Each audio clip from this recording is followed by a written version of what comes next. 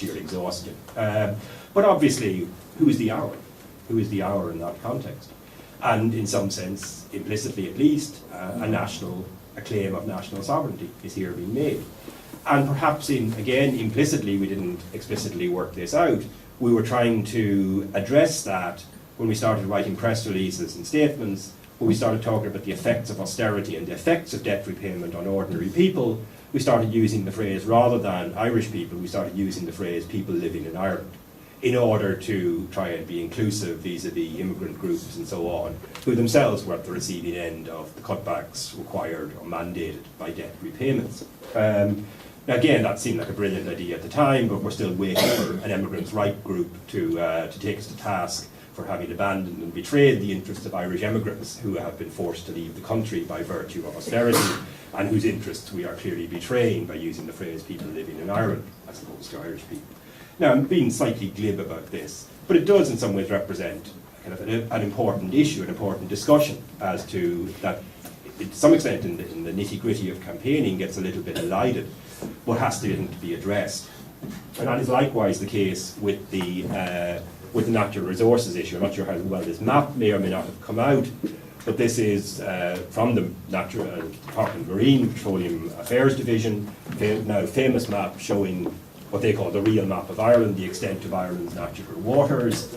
And in more recent times, Shell to Sea, and I'll flag their publication, in a most recent publication in a moment, have documented the extraordinary scale of the resources that are potentially and actually available underneath those waters, and indeed underneath Ireland itself. This, by the way, is the most recent publication from Sheila to Sea, Liquid Assets. It's downloadable from their website. It's a wonderful publication in terms of documenting what is available, what's there, and countering some of the myths propagated by the government in terms of how difficult it would be to access these resources and so on. Again, as with the debt issue, I'm not going to rehash the details. I suspect they're very well known to most people here. The Corrib gas field alone has an estimated value of some 13 billion euros. Oil and gas reserves off the west coast alone may amount to some 750 billion. And the figure may be 1.6 trillion, that's by the way, mistake on my part, 1.6 trillion for total offshore and under land assets as well. Obviously those figures will vary depending on what the price of gas or oil is at any particular time, but as you all know, unique among countries, Ireland has no state shareholding or royalty in these resources. There's a tax rate of 25% that might rise to 40% in the future, but only after all costs have been offset.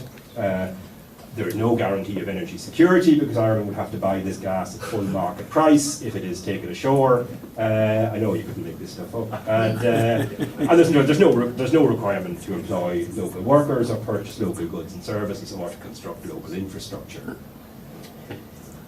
Now, again, in the context of that claim, it can only be posited in national terms. If you put up something like the real map of Ireland, you are asserting a national claim. And I mentioned earlier, the fear in which a nationalist discourse can easily get mobilised or co-opted into other ends. I think that's equally possible in the case of these two particular campaigns. In the case of the campaign for debt relief, there's a fear that can be raised in an exclusively nationalist way, whereby Ireland gets debt relief, but only because it's a good pupil, as opposed to the feckless misbehaviours of the Mediterranean, of the Greeks, or whomever it might be. So that an Irish claim is used as a way of driving a wedge between peripheral countries or peripheral populations. And likewise, there's a fear that kind of a resource nationalism, which essentially is what the claim to natural resources is, could run counter to concerns about ecological sustainability. Don't have time to go into it here. Strongly recommend an article from a recent issue of Journal of Globalizations by Brandon Wisson, where they talk about the imperial mode of living and the way in which northern Western lifestyles are essentially underpinned by exploitation of the so-called third world or the global south, the usage of underpaid or slave labour, the exploitation of raw materials, though it's not exclusive to the global south, as Corrib shows. And also the way in which the global south is used as an environmental sink. Its forests, its oceans are used to soak up the pollution that is largely generated by the global north. Not exclusively either. And that one of the key things they argue in that article is that imperial mode is deeply inscribed in our everyday thoughts and practices. And there is a risk here, there is an argument one could make, that a global justice concern, or concern for global justice should see one leave fossil fuels where they are, rather than contribute to global warming. So it poses in very sharp form the question of how you balance national claims against global responsibility. And just the last two slides I want to use are a suggestion. I don't have any answers to these questions, which is very convenient for me, but I'm hoping that maybe we can talk about them at least a little in the question and answer session. That if we are making these national claims and we can't avoid doing so, then we have to do so in a way that is, to some extent, exclusionary. I talked about an inclusionary nationalism earlier. It has to also be exclusionary, in the spirit of Connolly. His famous dictum that the rack-renting landlord and the profit-grinding capitalist are not and cannot be part of what we see as a national interest. I come from Cavan, the neighbour, almost a neighbour of Sean Quinn. I think the issue of how we treat Sean Quinn is very pertinent to Connolly's quote in terms of whether we regard that as part of a national claim. So I'm arguing in some sense for a certain exclusionary nationalism that excludes the interests of certain rack-renting landlords and capitalist developers, but also for a national claim that is limited, not in the way that kind of mainstream discourse talks about limiting nationalism, as John O'Hagan did, for example, in yesterday's Irish Times, that it has to be limited in the interest of a European project that Mick, I think, will have more to say about anon. Not in that sense that it has to be limited in order to contribute to the stability of the economic and monetary union, but that it has to be limited and exercised responsibly in a way that is in accordance with the demands of global justice and climate justice. My apologies for the fact that this doesn't actually go anywhere, it just opens out ideas and debates, but I'm afraid that was the best I could do for this morning, so thank you. Talking about corporations and sovereignty, I suppose a little bit like Andy, I struggled a little bit with the definition of sovereignty. And my definition of sovereignty is reasonably fuzzy, and in particular, I think just lower this a little so that I can... This works better. Okay. In particular, I suppose, I'm not a territorial nationalist, so when I'm talking about sovereignty, I'm not particularly focused on the territory. I'm looking at things more from a global point of view, as well as not territorial. The focus is still on power and people, so and a certain sort of element of self-determination. So the idea of people, although not particularly defined by a territory, having the right to their own resources and their own self-determination, and the role of corporations in frustrating that, but not with a focus particularly on national territories. So the problems with corporations, why corporations impact on this, as I see it, are threefold. You've got power, you've got accountability, and you've got a kind of certain common interest that corporations have that countries don't necessarily have.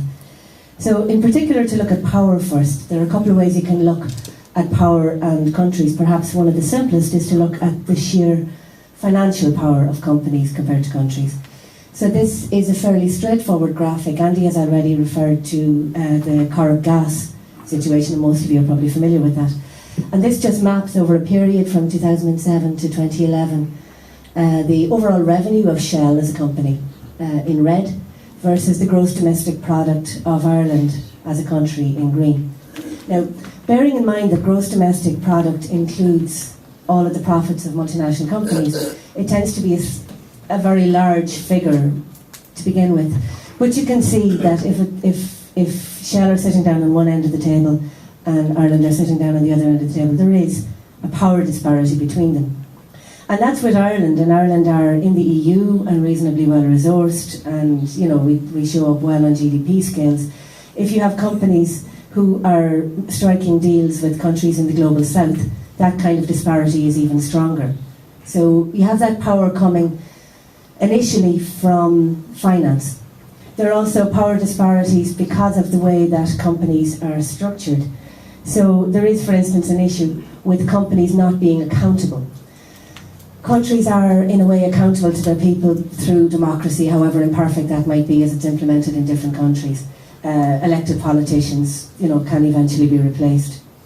Elected directors of companies can also be replaced by the shareholders. Because of the way in which companies are structured, because of the way they grew up during the Industrial Revolution, all company law is designed to make the officers of the company accountable to the shareholders who invest the capital. So all of the information flows from a company are designed to provide information and assurance to the shareholders who invest. They're not designed to provide information or assurance to anybody else. It's because that was how company law grew up. It's kind of like if some of you here look like me, you're old enough to remember the uneaten line.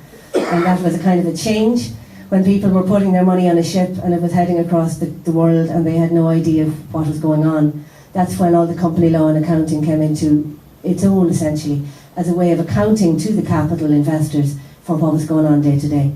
There was no consideration particularly for accounting to employees or people affected by the company or surroundings. So sometimes people think this is a huge problem, but it is a huge problem, but it's not that the system is broken down. It was literally built that way. That is what corporate accountability is about. It's about accounting to shareholders. More recently, there's a discourse in corporate social responsibility about accounting to a wider stakeholder group, but as yet that is in soft law and industry codes, and there is very, very limited social disclosure. So the accountability, it's structured like that. Another problem, I wouldn't buy into the idea